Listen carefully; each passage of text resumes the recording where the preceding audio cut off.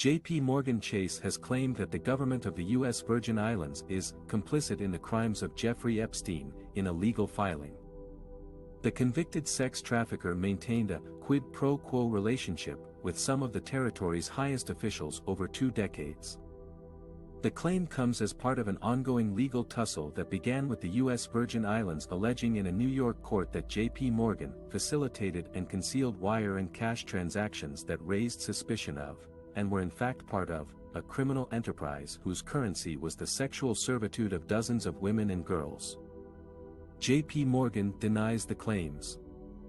USVI has sought legal depositions of the bank's CEO, Jamie Dimon, and a host of high-profile names from tech, hospitality and finance, including Elon Musk, Sergey Brin, Thomas Pritzker and others, as part of an effort to gather more information about Epstein's relationship with JPMorgan. Epstein maintained a home on a private island in the territory where he sexually abused young women over the years, using money from accounts he maintained at JPMorgan. Last week, Deutsche Bank agreed to settle a similar proposed class action by an Epstein victim for $75 million. But in a counterclaim, JPMorgan claims that the government of the U.S. Virgin Islands, not JPMorgan, is the entity that most directly failed to protect public safety and most actively facilitated and benefited from Epstein's continued criminal activity.